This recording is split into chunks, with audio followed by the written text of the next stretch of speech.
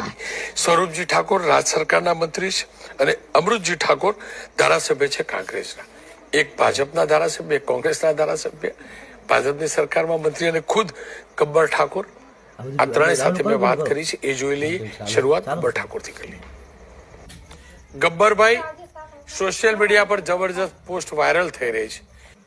DJ વાગતું હોય, નાચગાન ચાલતું હોય, એની સાથેની સોશિયલ મીડિયા પર પોસ્ટ છે, એની સાથેના વિડીયો પણ છે।